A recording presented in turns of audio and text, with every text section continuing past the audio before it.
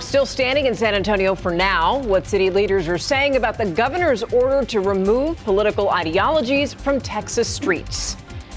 And what do you think about getting a new state park? We're going to tell you about plans for one in the Hill Country. Live from KSAT 12, the Nightbeat starts right now. At least for tonight, the rainbow crosswalks along a section north of downtown San Antonio are still there.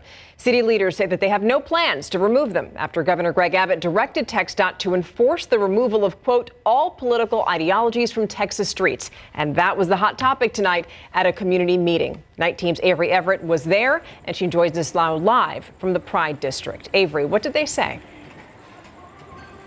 Well, Stephanie, like you said, it was a hot topic tonight. Since the governor's directive came down, we have learned that leaders in Harris County in Houston have a plan to pave over a very similar intersection to the one we have here in San Antonio. But our city leaders say they've made no decisions yet. They're still actively in conversation with TxDOT about what this all means and what may be impacted.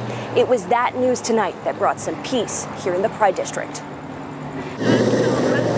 It shows the struggle and how much we have put in to make this our own. It's a safe space for all of us. And Unique Andrews says this part of downtown San Antonio is where his career began. He's been a drag queen here for the last 2 decades, and now he says he's ready to fight for the future of the city's Pride District and the crosswalks that anchor it. We're gay and we're proud, and we're gonna always make that loud and known. So where is this concern all coming from? Well, back on July 1st, the U.S. Transportation Secretary sent a letter to every governor stating all intersections and crosswalks needed to be kept free from distractions, which includes political messages of any nature, artwork, or anything else that, quote, detracts from the core mission of driver and pedestrian safety. Now we jump to this week. On Wednesday, Governor Greg Abbott told TxDOT to make sure all Texas counties and cities were in compliance with these roadway safety guidelines. He warned of the dangers of distracted roads and threatened consequences like withholding certain funding for cities that refuse to comply. Now, Governor Greg Abbott has not been available to talk with us since he put out that directive, but we did learn this. TxDOT sent this letter to local jurisdictions requiring compliance in the next 30 days.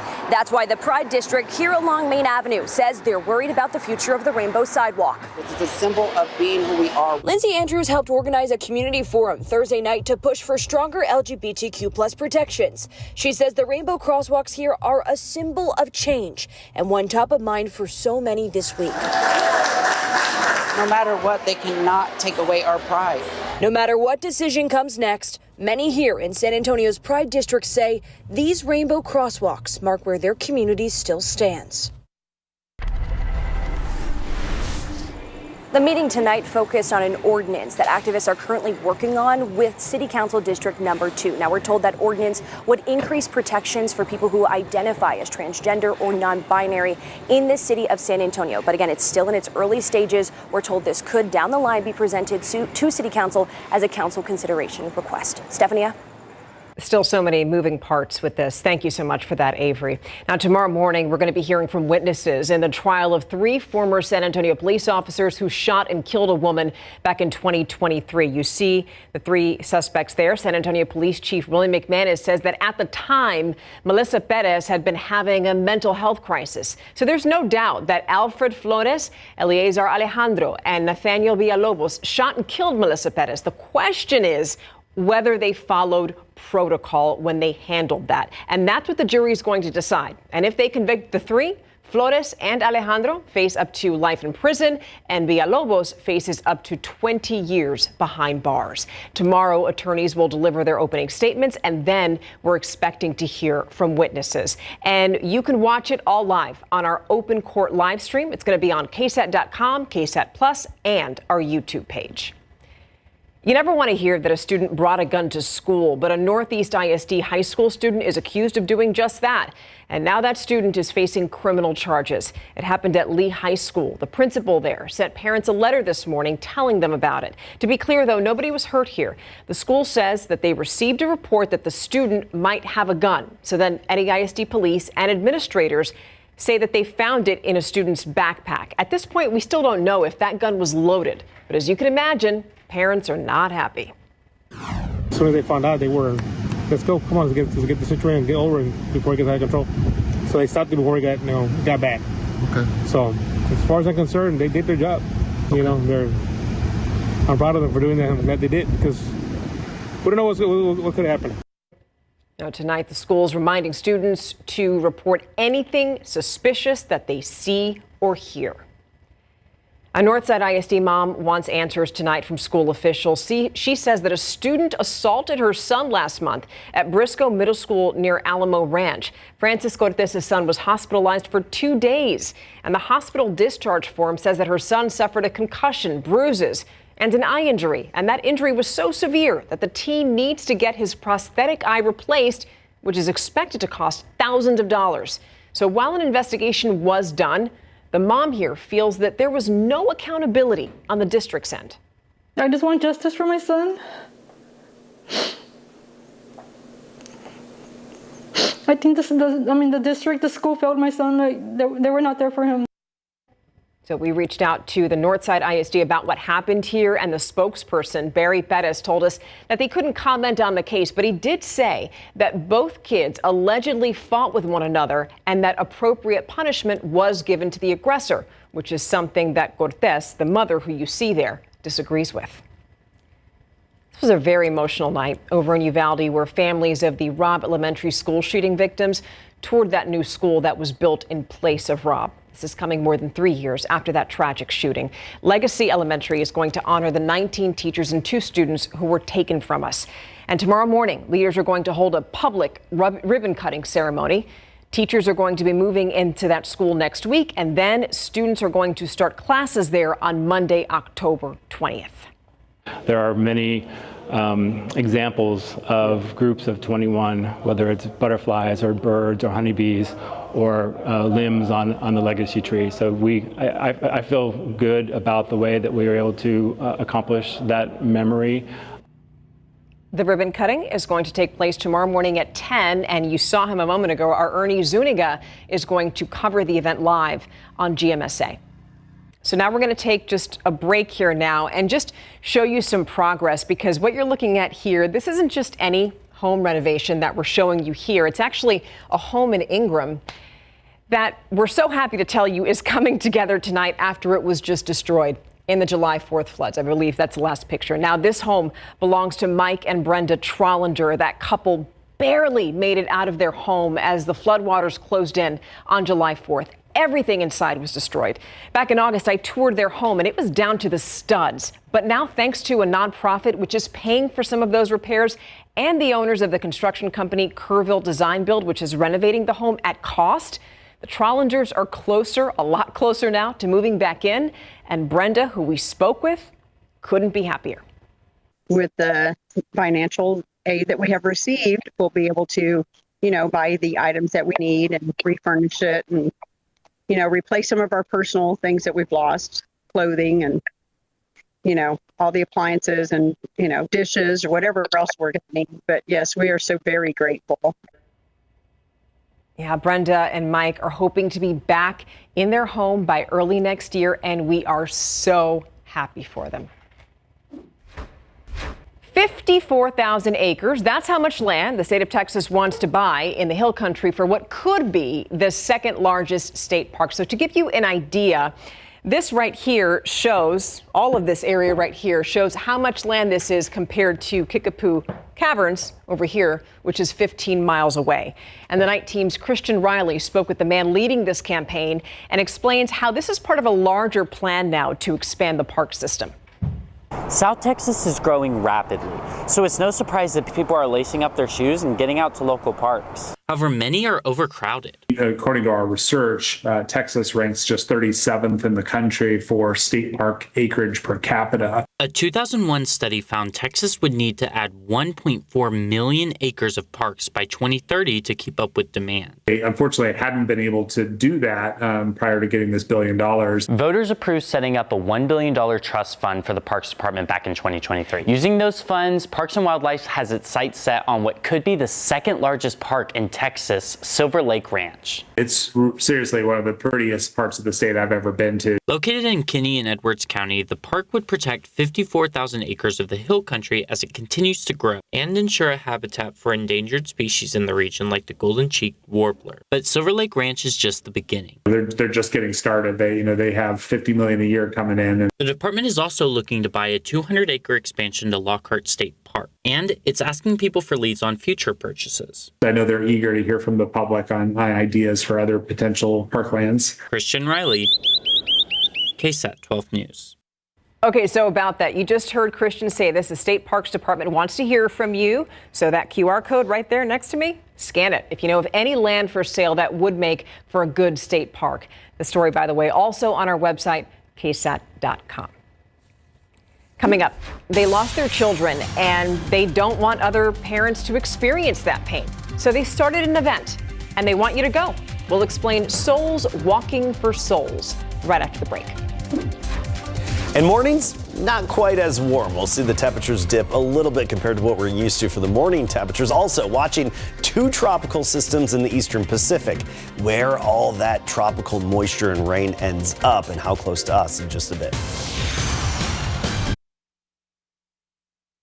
So we have a huge project before the city of San Antonio and Bexar County, big election coming up. We wanted to come to you and ask a lot of the questions that our viewers are asking. Yeah. And I'm going to start with the one we are getting most often. Sure. Why can't the Spurs pay for a new arena all by themselves? Why do you need public dollars to do that? Yeah, it's a great question and a couple answers to that. Okay, so you asked, and we got answers about plans for a new Spurs arena. So scan the QR code to hear Myra Arthur's conversation with Spurs owner Peter Holt. She asked about the arena's cost, the parking, and also what happens to the Frost Bank Center. You can find the full conversation on our website, KSAT.com. They lost their own children, and now they want to save others. That's exactly why a group of moms started the first ever fentanyl awareness walk in Texas a few years ago. And this Sunday is the third annual Souls Walking for Souls event. It honors the lives lost and also shares life-saving information with families. Our Courtney Friedman is going to MC that event on Sunday, and she spoke with angel moms who want you to be there. Braden was 21. He had just turned 21 when we lost him on July 18th of 2020. He loved music, loved gaming, loved his Mustang, his family. Jake Ryan was poisoned in April 30th, 2021. He was a wonderful person. I miss him. We found out it was oxy that was laced with fentanyl, so it was truly one pill that killed him. He started struggling with anxiety. And he asked a friend for something, and they gave him an oxy, just one pill. The story's tragically similar for these angel moms. Nikki Goals losing her son and Martha Johnson losing her grandson. We didn't even know what fentanyl was. I've never heard of it. That's why these women joined other angel moms, vowing to prevent these deaths from happening. They created Souls Walking for Souls, the first ever fentanyl awareness walk in Texas. Now in its third year, the event has exploded. Hundreds show up not just to honor lives, but hear from people in the highest offices in the city, county, and state. It's about learning more about fentanyl. It's about learning more about what's coming down the drug pipeline. It's about how to save a life. Parents take life-saving information home with them. They need to speak to their kids and not feel they're too young. It's so sad, but like 10 years old up, they need to know that there's something out there that is poison, and for them not to take anything from anyone. And it's in vape, it's in pot, it's in everything. They will also have free Narcan at the event. This is the no spray medication that reverses an opioid overdose or poisoning, and they'll be teaching us how to use it. I'll be emceeing the event on Sunday, so I hope to see you there. From the newsroom, Courtney Friedman, KSAT 12 News. So the Souls Walking for Souls Walk and Resource Prayer and event is this Sunday from 3 to 8 p.m. at the Green Line at Brooks City Base. So I just told you it's on Sunday. The day before that, we have the Light the Night Walk over at The Rock at La Cantera. That's also happening tomorrow, which is going to be a really nice event. Us here at KSAT will be there. Daniela Ibarra is going to MC that event. We're excited to see you. But let's talk about tomorrow morning, Adam, because it looks like it's just a cooler morning. It's nice to have these. Yeah, not in the 70s and super sticky, right? That's the thing. So that's one improvement that we're going to feel, I think, pretty much every morning going forward. Temperatures tomorrow morning, mid to upper 60s within San Antonio, about 66 to 68, hello to 65, lower 60s in the hill country. And going forward, our morning temperatures are going to be generally in the mid to upper 60s here in town, a little bit cooler in outlying areas, but that's still above average for this time of year. The average low, of course, at 63. Let's talk about these two tropical systems in the Eastern Pacific. Sometimes we get good rain-making energy and moisture from Eastern Pacific tropical systems.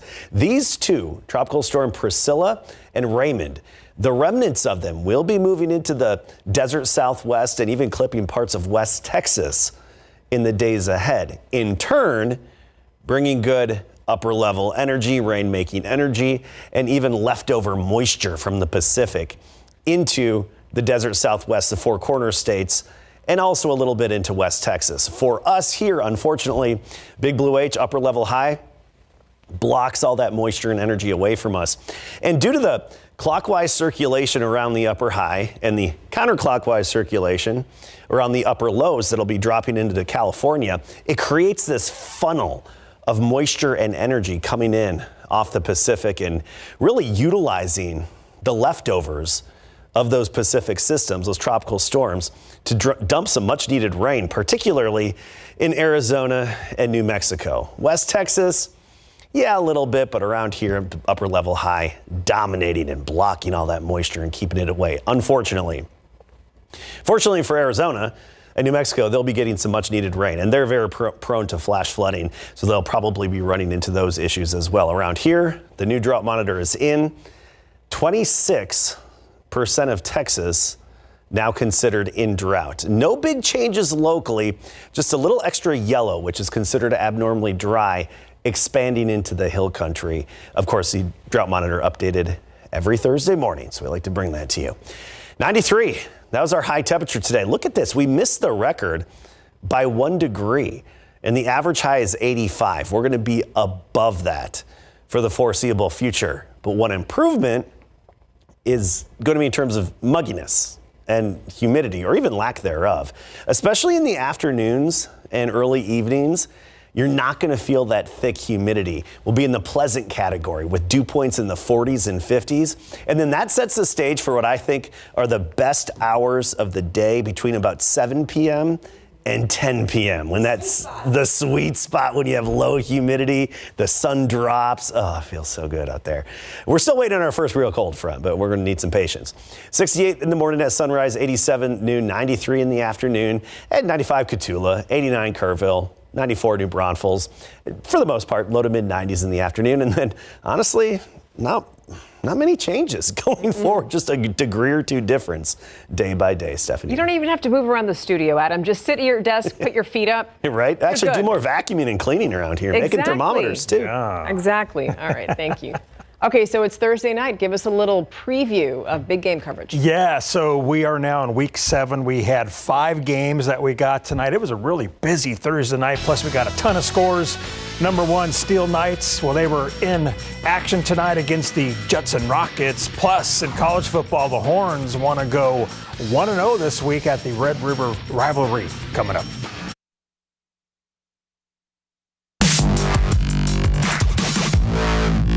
Steel Knight fans were pumped up that the Knights were home this Thursday night and taking on the Judson Rockets in 29 6A football. Second quarter, Judson is down 20-0 when they pull out some trickeration. It's a reverse, and number 87 throws the ball to Aiden Mann for a 31-yard touchdown, and the Rockets are on the board. But the Knights, They respond on the ensuing kickoff. Eli Johnson fields the ball at the 1-yard line. And if we're showing it, then you know he's taking that ball the distance. Eli gets by one defender, then another. He gets slowed up just a little bit before finding the end zone for a 99-yard kickoff return to put the Knights on top 27-7. And Steele wins it 48-14. Over at Rutledge Stadium, the Veterans Memorial Patriots were hosting the Kerrville Tivy Antlers in District 13 5A2 football. First quarter, Antlers ball. Quarterback Colin Rose grabs the high snap, then throws the ball to Guy Flores for a 14-yard touchdown, and the Antlers lead 7-0. Home side comes right back. Quarterback Evan Cantu goes over the top to Chance Badez, picks up some 12 yards after the catch for a touchdown, and this game is tied at 7, and Tivy takes it 56-25. All right, house divided for this guy in the white shirt as 4-2 Warren and 3-2 Taft go head-to-head tonight. Opening drive, Taft near midfield thanks to a solid kickoff return, but the ball's juggled, and Warren junior linebacker Michael Martinez snags it and takes it all the way to the 5. So Mary Rominger raced to the other side of the field to capture Lorenzo Ramirez, rushing in for 6, and the early Warriors lead. Taft eventually wore down Warren's defense. Second quarter, senior wideout David Aguirre makes his way to pay dirt to tie the game. Lots of points in this one, and this District 28 6A contest goes to Warren 41-37. The Burbank Bulldogs were looking to flex on the Highlands Owls tonight at the SAISD Sports Complex. Opening frame, Highlands Jeremiah McCain takes the ball, and he just outruns the defense for a 34-yard touchdown, and the Owls go up 7-0. The Dogs bite right back. Handoff goes to Leonard Lozano, and he takes advantage of a huge hole opened up by his O-line. And 64 yards later, Double L gets into the end zone, and we're tied at 7.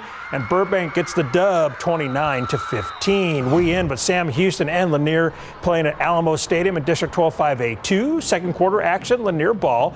The running back gets hit, fumbles the ball. The Canes, Jermaine Carson, picks it up, and he's got himself a fumble return for a touchdown, 63 yards to put the Hurricanes on top, 14-0. Later on, Canes ball again when quarterback Xavier Youngblood tosses the ball to DeAndre Thomas for a 43-yard touchdown to make it 21-0 Canes.